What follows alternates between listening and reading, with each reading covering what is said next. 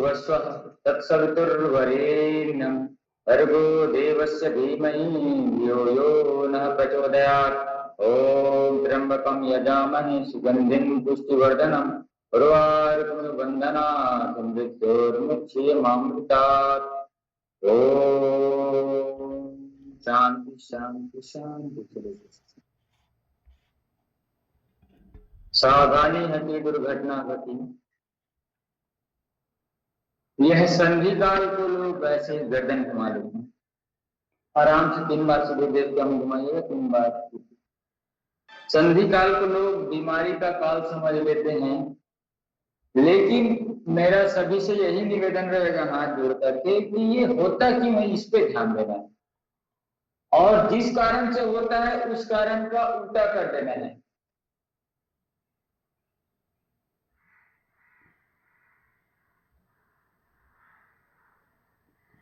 तो समस्या का समाधान ऐसे ही हो जाएगा।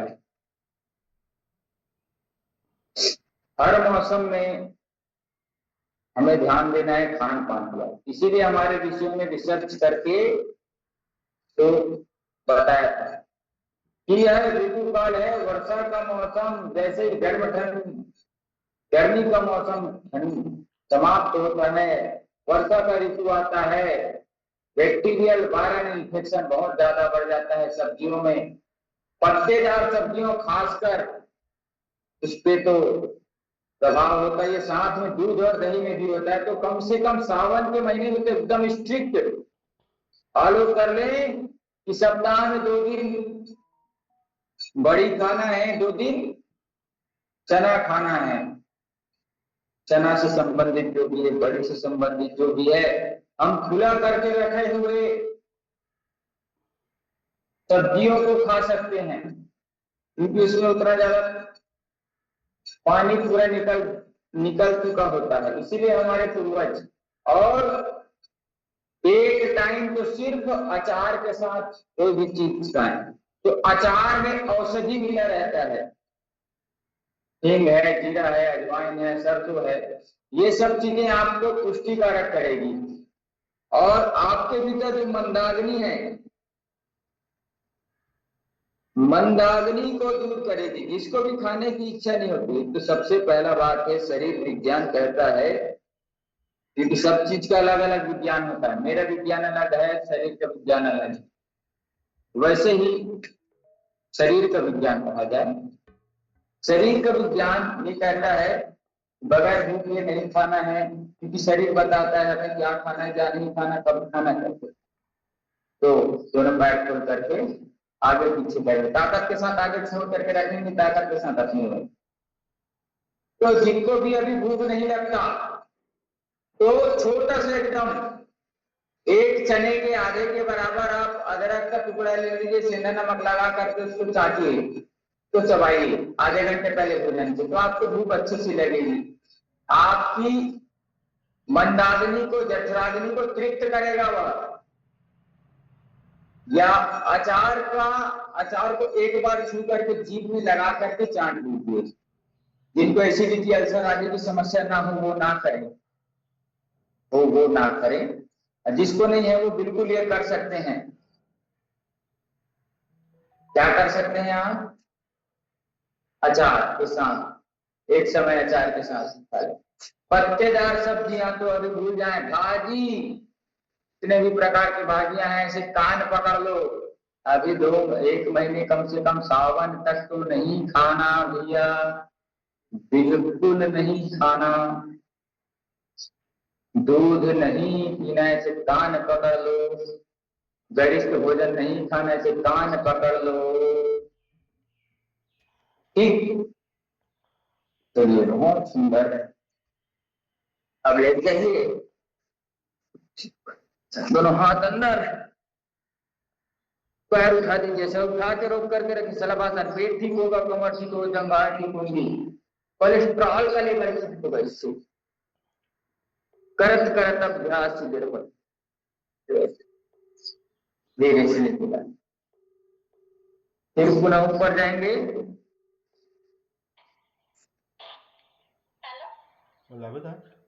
तो ऐसे खान पान पे विशेष ध्यान देना है। ठीक ठीक। हाँ, नौकासन का अभ्यास कर, पहले उसके पहले धनुरासन कर लेते हैं, ऐसे रोक करके रखना यथासंभव। तो खान पान पे जो विशेष ध्यान देगा इस संधियों काल में, उनको ज्यादा तकलीफ नहीं होगी। भोजन 100% का भूख है तो 70-80% ही खाना इस समय। अभी ठंड के दिन में आप दबा के खा सकते हैं, लेकिन अभी दबाना नहीं है, अभी अपने थोड़े भूख को दबाना है। फिर से एक बार धनुरासन का अभ्यास, रोक के रखना यथासंभव जितना हो सकता। पेट इतना बढ़िया रहेगा, कमर का दर्द कहाँ जाएगा पता नहीं रहेगा।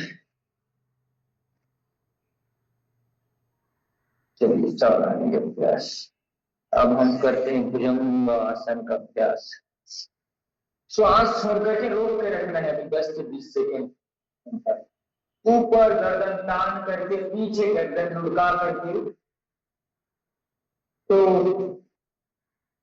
कच्चा भोजन, कच्चा रस शरीर के नसनारियों में पहुंचने से ही बुखार होता है। और एक सामान्य सी जानकारी, एक सामान्य सा प्रभाव, या एक सामान्य सा उसकी वाक्यांश कहें, सामान्य सा उसका प्रभाव कहें, या सामान्य से उसकी परिभाषा करें, तो शरीर में विजातीय द्रव्य को निकालने के लिए शरीर एक्स्ट्रा मेहनत करता है। शरीर में जो कच्चा रस गया है, जो भी अवांछनीय पदार्थ गए हैं, उनको निकालने के लिए शरीर एक्स्ट्रा वर्क करता है। तो कोई भी मशीन ज्यादा काम करेगा तो वह गर्म हो जाता है, तो वह गर्म होने को हम बुखार कहते हैं। अब समझ लीजिएगा।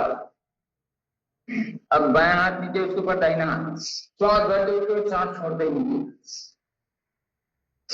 श्वास भरते ऊपर सांस छोड़ते हुए, श्वास भरते ऊपर सांस छोड़ते हुए, श्वास भरते ऊपर सांस छोड़ते हुए। तो ऐसी चीजों को हमें ध्यान देना है। दिनचर्या, ऋतुचर्या, आहारचर्या आप अच्छे से कंठस्थ कर लीजिए। क्या खाना क्या नहीं खाना आपको बताया है मैंने।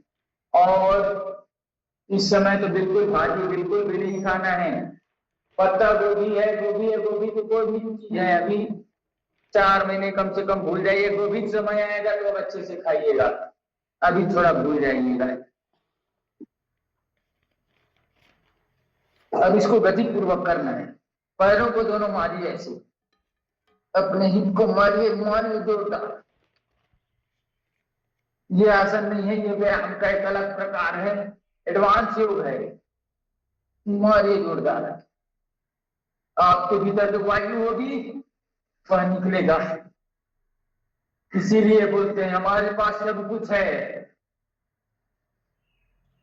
माँ पानी में मीन प्यासी रे, मोहे सुन सुन आवे हासी। पानी में रह करके भी मछली प्यासी है, ऐसा सुन के फिर सबको हंसी लगेगी ना, हंसी आएगी कि नहीं। अरे यार ये तो पानी में है और बोलती है कि मैं प्यासी हूं, क्यों नहीं होगी। ज्ञान की अभाव है, ज्ञान का अभाव जहां है सब चीज है, सब कुछ नहीं है वहां। और ज्ञान ठीक है तो सब कुछ ठीक है। यदि सावधान। अब हम करेंगे नौकासन। पेट को एकदम अच्छा रखेगा, गैस कहाँ जाएगा पता नहीं चलेगा। लेकिन ऐसा काम मत करिए कि आपको गैस बने। अपना विकल्प ले लीजिए, फिर विकल्प संकल्प ले लीजिए, फिर संकल्प में कोई विकल्प नहीं, फिर कोई आपको परास्त नहीं कर सकता। ऐसे करिए, ये ऐसे रोक करके रखिए यथासंभव जितना लगाइए। इसमें जोर, इसमें ताकत, फिर देखते हैं कितना ताकत है आपके पास। 20 मिनट का विश्राम और 5 मिनट का यह अभ्यास ज्यादा फायदेमंद है। पूरा शरीर हिल जाएगा, थोड़ा विश्राम करें 10-20 सेकंड। तो अध्ययन इसीलिए मैं बोलता हूं, इसीलिए रामायण का पाठ होता है हर गांव गांव में। आप सभी ने देखा होगा रामचरितमानस का पाठ होता है। फिर से पुनः उठाइए, अध्ययन करते हैं। अध्ययन इसीलिए कराया जाता है, गुरु पूर्णिमा से चालू हो जाता है। गुरु क्यों आते हैं? गुरु ज्ञान लेने के लिए आते हैं। तो हमको समझना चाहिए कोई भी चीज हमारे यहाँ आता है तो उसका एक विधान। गुरु आ गए मतलब पढ़ना है, पढ़ाना है, ज्ञान को बढ़ाना है, अंधकार को भगाना है। फिर से पुनः एक बार। और जो नहीं कर सकते बगैर ऐसे नहीं तो ऐसे हाथ पकड़ करके उठा लीजिए भैया ऐसे। तो भगवान ने बोलना सिखा दिया, लेकिन क्या बोलना है ये हमको अध्ययन और अध्यापन से। भगवान ने खाने के लिए मुंह दिया, खाना सिखा दिया, लेकिन क्या खाना है ये सीखना है। भगवान ने चलना सिखा दिया, लेकिन चल करके कहाँ जाना है ये हमको। और ये हमें गुरु सिखाएंगे। और गुरु पूर्णिमा के बाद से तो ऐसा संशय नहीं होना चाहिए कि सत्संग में, कथा में, अच्छे लोगों के बीच में, मंदिर में, ऐसे जगह पे चलना, सात्विक सुपाच्य हल्का भोजन खाना, मधुर सुमधुर वाक्य बोलना, ऐसे करिए। सावधान, दोनों हाथ जंघाओं के पीछे, ऊपर श्वास छोड़ते हुए, श्वास छोड़ते हुए नीचे में से उठाइए पैर पूरा 90 डिग्री पे ऐसे लाइए, तानिए अपनी ओर, श्वास छोड़ते हुए नीचे ऐसे पूरा 90 डिग्री पे लाइए, पूरा उठाइए, ताकत लगाइए। श्वासों के साथ, लेकिन बगैर श्वासों के साथ नहीं करना।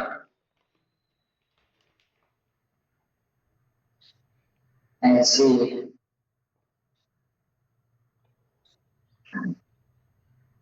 जो विधि के साथ, समय के साथ, एकाग्रता और निरंतरता के साथ योगाभ्यास करेगा उसको फायदा जरूर होगा भैया। हम नहीं तो टाइम पास कर रहे हैं तो जिंदगी ही निकल गया हमारा, जितना साल हमारा उम्र है उतना निकाल दिया हमने। फिर उसका तो फिर भगवान भी कुछ नहीं कर सकता। भगवान फिर दूसरे डिपार्टमेंट को दे देता है। सबका अलग अलग डिपार्टमेंट होता है, एक अच्छा एक बुरा। तो अच्छा नहीं होगा तो हमें हमेशा बताता हूं बुरा होगा। अगर हम खेत में धान, चावल, गेहूं, चना, बाजरा, मक्का आदि नहीं बोएंगे तो वहां खरपतवार ऐसे ही निकल जाएंगे, इतने सारे घास फूस निकल जाएंगे।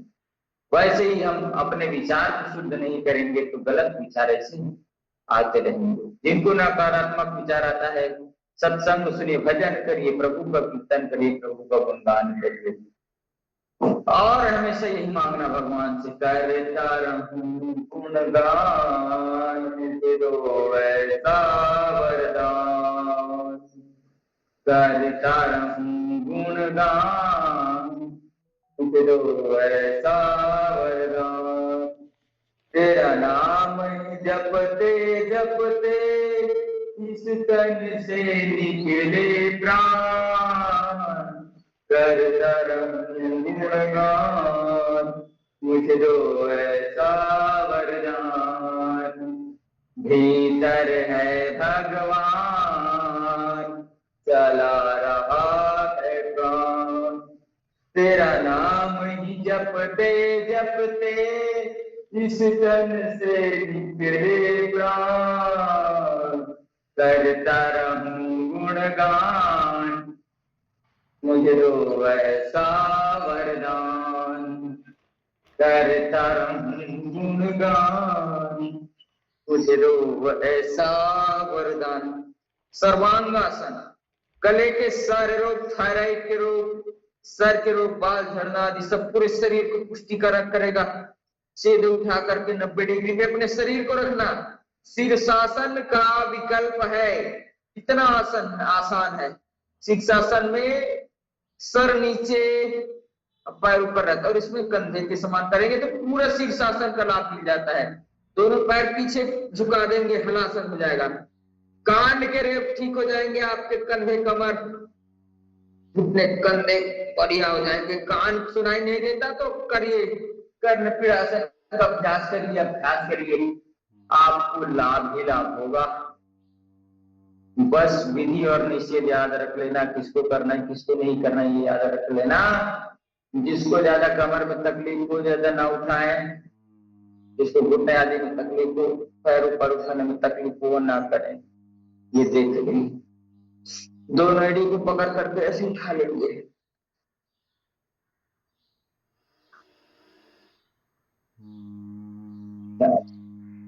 तो बोलो चालो बको मत, खाओ पियो छपो मत, और देखो भालो तपो मत। 3 चीजें हमें बोलते रहता हूँ कभी कभार। कहाँ पे क्या बात बोला हूँ समझ नहीं आता, इसीलिए कई बातें रिपीट हो जाती है। और मैं बोलता हूँ कई सारी बातें रिपीट भी हो जाए तो आपको याद हो जाए तो बहुत अच्छा है।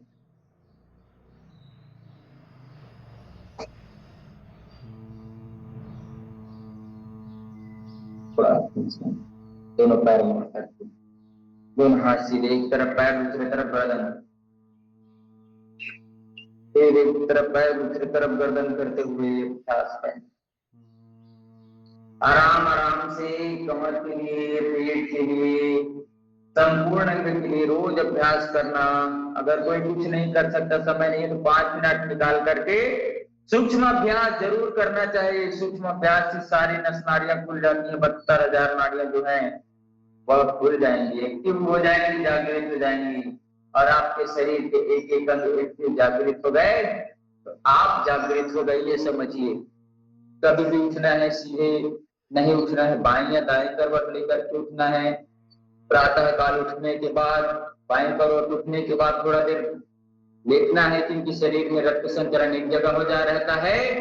सब जगह रक्त संचरण पहुंचाने के लिए हमारे यहाँ विधान किया गया। क्या करें, बैठ जाए ऐसे ऐसे नहीं, इसीलिए बताया गया है कराग्रे वसते लक्ष्मी कर्मध्ये सरस्वती करमूले गोविंद प्रभाते कर दर्शनम। उसके बाद हाथ जोड़ करके समुद्र वसने देवी पर्वत स्तन मंडले विष्णु पत्नी नमस्तुभ्यम पाद स्पर्शम क्षमस्व में। ये विधान बताया गया हमारे यहाँ कि रक्त संचरण पूरे शरीर पे नहीं हुआ है। अब पूरे शरीर पे होने के लिए क्या करना है, बैठे रहने से अच्छा है। विधान इसीलिए बनाया गया है कि हम हाथ जोड़ करके कुछ समय बैठे, धरती माता को क्षमा मांगे कि हे धरती माता, आपके ऊपर चरण रखे बिना मैं चल नहीं सकता, चल नहीं सकती, तो आपके छाती पे चरण रखने के लिए मुझे माफ करे। आपके ऊपर कूदे बिना, चले बिना, घूमे बिना, कूदे बिना, फांदे बिना मैं नहीं चल सकता। ऐसे प्रणाम करके और हाथ देखना, बोलते हैं ना मैं श्लोक को किसका चेहरा देख लिया, उससे अच्छा हाथ देख लिया। हाथ में पूरा है कराग्रे वस्ते लक्ष्मी, ऊपर भाग में लक्ष्मी, कर मध्य सरस्वती में, बीच में सरस्वती माता, और मूल में गोविंद जी का वास है, कृष्ण जी का वास है। गोविंद गाले गोपाल गाले, गोविंद गाले, थोड़ा कमर घुमा, गोपाल गाले जीवन की नैया किनारे लगा ले, किनारे लगा ले, गोविंद गाले गोपाल गाले, गोविंद गाले गोपाल गाले। संग में चलेंगे ना बंगले अटाले, संग में चलेंगे ना बंगले अटाले, एक दिन करेंगे तुझे यम के हवाले, यम के हवाले, गोविंद गाले गोपाल गाले, गोविंद गाले गोपाल गाले। कोई किसी को नहीं संभालता, आपको अपने आप को संभालना है। ना भाई संभाले ना बेटा संभाले, ना भाई संभाले ना बेटा संभाले, एक दिन करेंगे तुझे यम के हवाले, यम के हवाले। तो गोविंद गाले गोपाल गाले, गोविंद गाले गोपाल गाले। श्वास छोड़ते हुए माथा जमीन पे लगा दीजिए, कमर सीधे। आपका जो रक्त संचरण शरीर आपके मस्तिष्क की ओर होगा, आपके भूलने की बीमारी ठीक होगी। आपको गुस्सा आता है, क्रोध आता है, तनाव बढ़ा रहता है, तो इसका अभ्यास करिए। शरणागति का भाव, माता भूमि पुत्रो हम पृथिव्या का भाव लाइए। यह धरती हमारी माता है और मैं इसका पुत्र। यह धरती हमारी माता है और मैं इसका पुत्र हूँ, और इसके ऊपर उगने वाले पेड़ पौधे मेरे भाई बहन हैं। मैं भाई बहन का मैं इनको नहीं काटूंगा पीटूंगा। ऐसे भाव जब आ जाएगा आपके भीतर तो आपका देह देवालय शिवालय बन जाएगा। आप शिवाजी महाराणा छत्रपति तरह बन जाएंगे। आगे झुके तो पीछे झुकना जरूरी, तो इतना झुक सकते हैं, इतना झुके और पूरा झुक सकते हैं तो शुद्ध वज्रासन में आ जाइए। आपके कब्ज के रोग ठीक होंगे, गैस बनती वो ठीक होगी, नाभि धरण दस्त वस्त लगता है, ये एकदम बीच में रखेगा, सेंटर में आपके नाभि को। कभी भी जल्दबाजी ना करें, समय से पूर्व काम करें तो जल्दबाजी होगा ही नहीं। समय से पूर्व किया गया काम आपको लाभ देगा। जगह से सिद्धासन में बैठना, ये हमारा एड़ी है, इसको पूरा द्वार के पास रखना और एड़ी के ऊपर एड़ी रखना, यह कहलाता है हमारा सिद्धासन। सिद्धासन से ब्रह्मचर्य रक्षण होता है। ये बहुत अच्छा है सिद्धि प्राप्त करने के लिए सिद्धासन। जिसको भी सिद्धि प्राप्त करने अपने आप को तपाना है, ये आसन बहुत अच्छा है।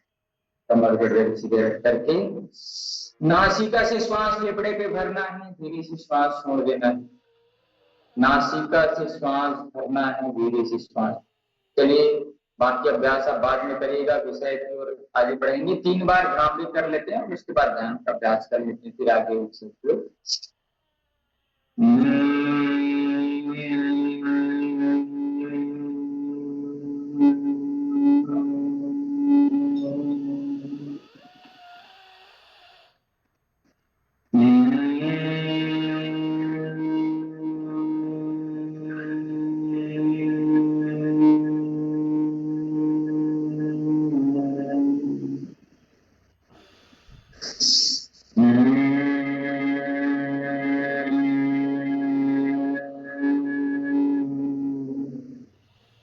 करने के बाद 3 बार ओंकार की पवित्र ध्वनि का उच्चारण और मां की उच्चारण।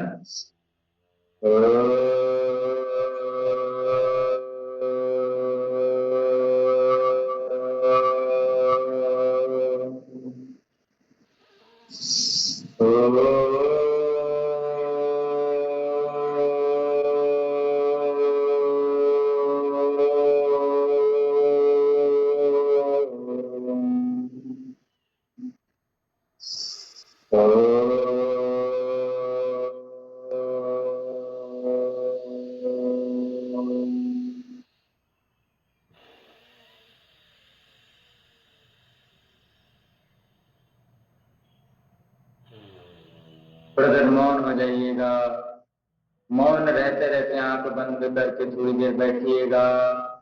और आपको आज जगाएंगे महोदय जी। महोदय जी से निवेदन है, हम सभी आंख बंद करके बैठे हैं, आपने अपने ज्ञान की बातों से हमें जगाइएगा। हम अपने आंख बंद करके मानिए महोदय जी। धन्यवाद मिथिलेश सर।